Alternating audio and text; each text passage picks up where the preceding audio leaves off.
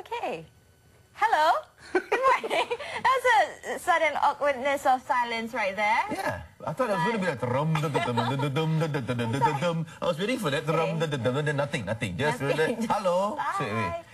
Anyway, hi. Weird. You're still with me, Satira and Douglas. Good morning. You can do the effects. It's fine. Okay, so to kickstart our show today, Health is wealth. health is wealth. Health is wealth, that is right. We have with us Chief Medical Officer of VP Healthcare Group, Dr. Tan Kia Jin. Good morning, Doctor. Thank you for coming on to the show. How are you today? Oh, great. Good to be here early in the morning on the set. Doctor, today will be, Dr. Tan will be explaining or basically sharing with us all about health screening. First of all, Doctor, what is health screening? Yeah, that's an important question. Health screening basically just means, in simple words, a regular medical checkup. But it's not only for people who are sick, but it's also for people who are apparently well. Yeah. So you may ask, well, if I'm not sick, why should I bother to go? Yeah, what for waste money, time and money for that? Well, to answer that question, we need to look at a few simple facts. Number one, in Malaysia alone, every 10 minutes or so, one person will die of heart attack or stroke. And in that same amount of time, another person will be diagnosed with cancer. Okay? And those numbers are not coming down. They keep climbing from year to year. Okay, why are that so? Well, with development, we pay some price in the lifestyle changes.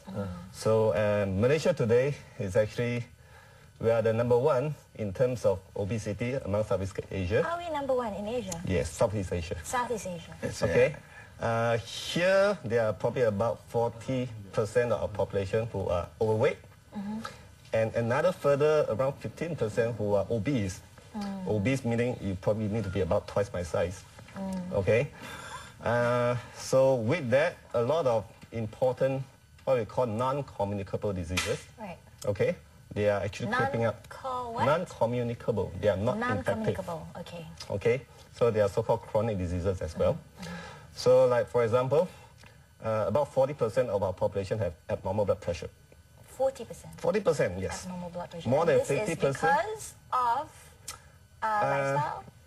Yes. Yeah. I think probably the most important factor will be the obesity, the overweight issues. Those contribute to a lot of things. Another about 20% of people who are diabetics.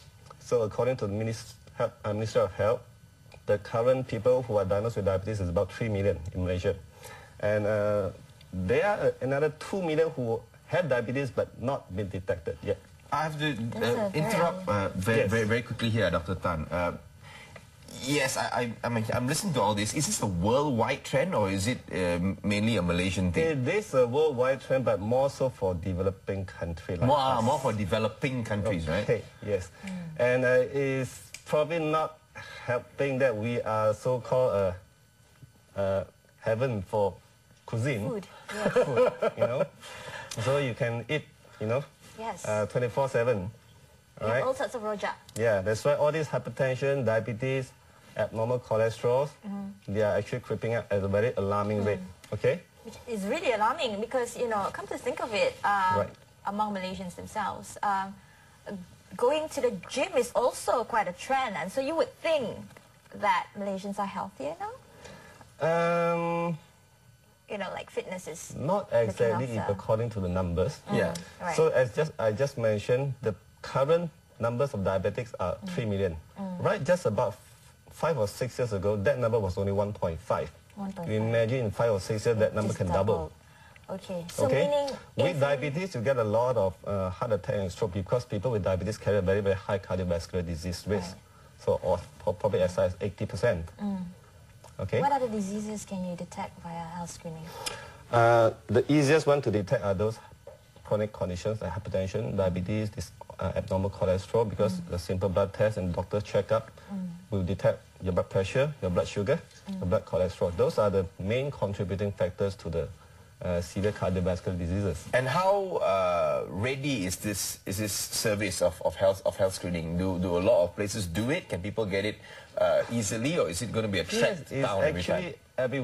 It's actually everywhere. But for health screening, don't just go to any sort of a neighborhood pharmacy or labs and all these things. You should go to a doctor. Right. Okay? Right. And probably you should go to one who are more experienced in dealing with health screening rather than treating diseases. Because, frankly speaking, I remember one doctor said our Ministry of Health should actually be renamed Ministry of Disease.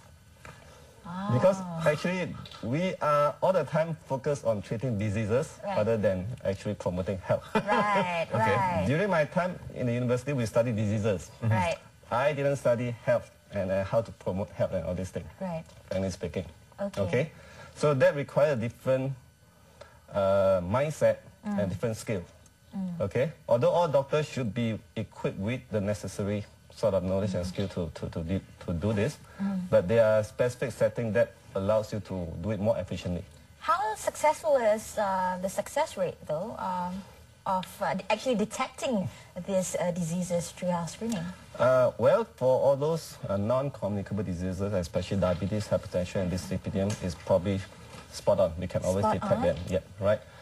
It's better also to come for early screening because diabetes and hypertension, you also have full-blown diabetes and pre-diabetes and pre-hypertension. We can always detect disease at a very early stage where they haven't really formed yet and take the necessary precaution. Not necessary medication, but a lot of lifestyle, dietary advice and all this.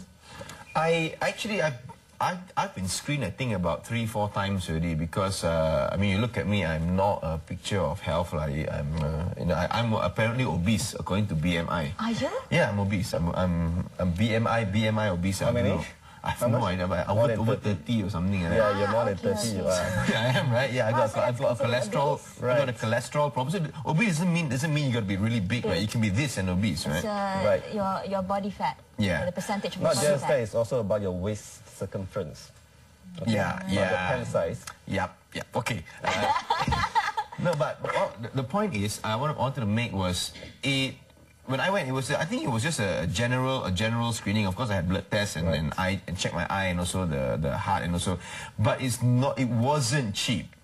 That's right. True. Okay, it's just a mindset. Let's say in our BP Diagnostic Center, the so-called head-to-toe screening will cost you about 1,300 ringgit. Okay, let's say you do a yearly checkup over 10 years, you probably run into 13,000 bill. But if you don't do it, if you have a specific condition like diabetes, within 5 years you can get a heart attack. Well, if you get that, you go for angiogram, that easily costs you probably like 15 to 1,000 up. And if you are not lucky, you get a bypass surgery, probably 30 to 50 grand. Right. Okay. So it's about being smart, having the right. People nowadays change their handphone every year, more than 2,000 ringgit. They didn't think twice. That's right. So then when they come to 1,300, they say, oh. If you put it in, that way. So you handphone you can show off. You can't show off your health screen certificate. Well, you are ill. That's right.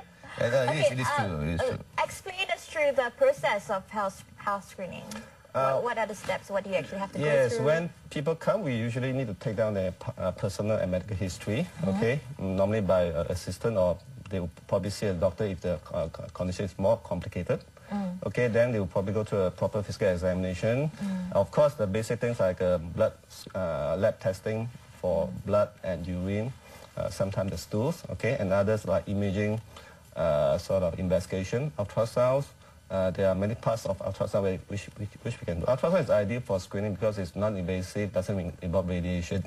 Okay, and then we may do some simple chest X-rays, ECG, treadmill stress test, some other things like lung function test, bone density test, audiometry to look for hearing loss. That is quite a common thing to happen nowadays. A last question from me actually would be your recommendation. What age to start? Because I think a lot of Malaysians will be wondering, I'm too young, I'm too young to go for all these things. Start as soon as possible. Usually we indicate all adults should come for the health screening. If you're below 40, you can go for it probably every 2 years. But if a certain condition is detected, it's still advisable to go for annual screening. Okay? We see people as young as teenage people are getting diabetes nowadays. Right. And I was told the youngest person who get a bypass was only 19 years old. 19 years old bypass? Yes. I've actually heard of that. I've heard of that. But you would understand why it's it's expensive because of all the steps, the procedures that you have to go through. Right. But again, as Doctor said, I mean, it's expensive. If you look at it on a you got to be relative as well. You are you are spending this much in the event that something more complicated happens later. At least you can prevent it straight away. You don't have to. And it's really not expensive. We consider the same thing that we do is probably twice cheaper than in Singapore and 3 times cheaper than in probably Thailand and 4 or 5 times cheaper than in UK. It's true, and I heard actually Malaysia, our medical, we've got some of the most high-tech equipment here. We're not lacking in terms of medical advancement, are we? Right. Yes. Thank you. Okay, thank you so much, Doctor, for sharing that with us. Now, a quick question for you, leading up to our next story. What was your dream job when you were a kid? Really? No idea. No idea. Have you always known you wanted to be a doctor? I thought about being a doctor, but that wasn't really that very high up in as one of my ambitions. Right. So at my time, it was pretty clueless. Right. Right. Then when you set for the STPM, you get the kind of result. Everybody says, yeah, you should go for that. So your career path was greatly influenced by your teachers and your parents. Yes, in a way. Okay. Okay. Because next up, well, I can understand that though, because generally I think the older generation, they don't ask them about dream job. As far as they consider they had responsibility back then, they didn't really have the option to think, what would I like to do? You just had to do something. You had to earn a living. You did it. You did. So us younger spoiled people, it's all about passion. Yeah, well, we can talk about passion. We can talk about what we would like to do. And coming up next, obviously we have someone who we have our reporter Lynn went to Kidzania, I think. Did she? Yep, she went to Kidzania. Kidzania is what? Kidzania is like this cool kids recreational center that kind of educate kids about different jobs. Like, so you can go in there and maybe be an air stewardess or be a doctor. It's a place where kids can go and pretend to be adults. Yeah. Why? So that most of the time adults to behave like kids.